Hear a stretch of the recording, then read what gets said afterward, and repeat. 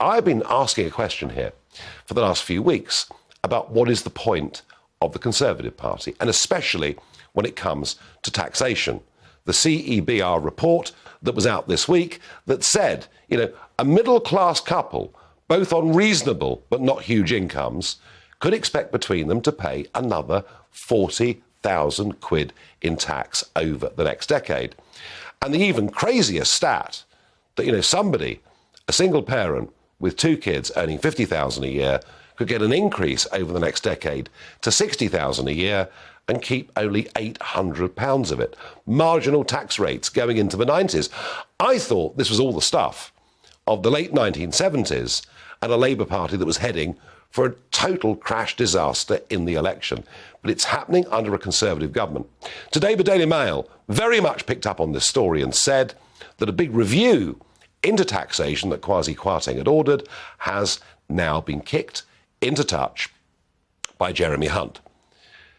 So in every manifesto, conference speech, big moments, the Tories stand up and tell us, or they have forever, I think, that they're the party of the small state and low tax. It would appear that is no longer the case. And how can it be, even approaching the next general election? I mean, what is Sunak going to do? Give us a small tax cut ahead of the next election and expect us to believe they've gone back to what they once were? I don't know. Joining me is historian and commentator Martyn Whittock. Martyn, the history of the Conservative Party. They've been around for about 200 years. Ever since the Conservative Party splintered over the Corn Laws with Peel in the 1840s, so we're talking about that period, and even before that, the Conservative Party has been continually reinventing itself. Incidentally, Disraeli's Ministry of Sewage out-reformed Gladstone and the Liberals in the 19th century. So the Conservative Party is in many ways a chameleon party. It has been reforming itself and rechanging itself time and time again. It was a party that in many ways opposed the forming of the welfare state after the Second World War, but then became won over to that policy. It then became very much the party of the mixed economy in the 60s and early 70s. Since the 1970s, of course, and Mrs Thatcher, it's become very much the party of the lower taxation and the smaller state.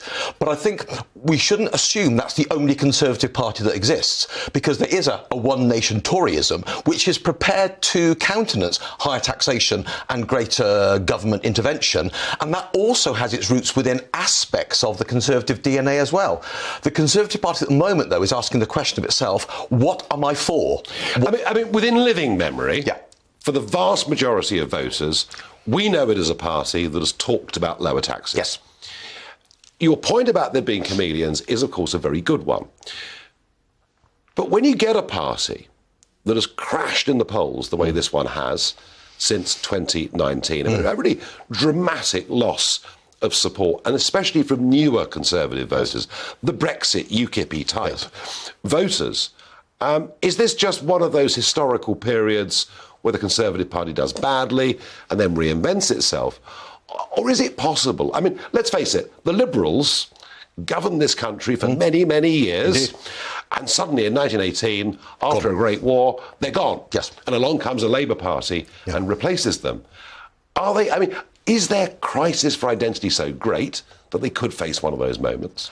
I personally feel that the Conservatives are facing an existential threat at the moment, in as much as having established themselves as the low-tax, small government party, they then collided with a COVID crisis, and I think a population that now has an appetite for government involvement and government expenditure. Now, not everybody will agree with this, and I think they've been caught by that, and I think they don't know what they are anymore, because I think out there are many people who felt that their response to COVID was correct in as much as supporting people through it, intervening through it, holding up the economy through it, all of which went against Thatcherite economics. And now, where do they go now? And all of which has to be paid for. Indeed. But I still think there's a popular appetite for intervention in public services and, in fact, reversing austerity, which, of course, we've had a decade of. And I think the Conservatives now face the challenge: are they going to continue with more of the same, or are they not? And if they're not going to do that, what's the difference between them and the Liberals or the Labour Party?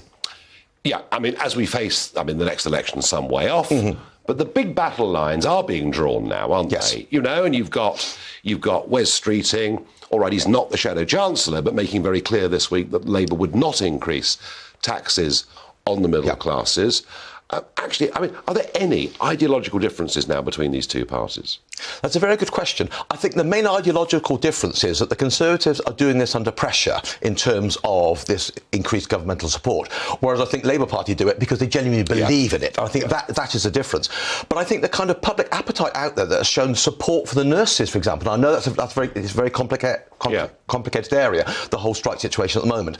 But I think that has indicated that people are prepared to see increased government expenditure for certain areas of the economy and the care industry in order to improve recruitment and retention. And I think that doesn't come cheap. No, I think you're right.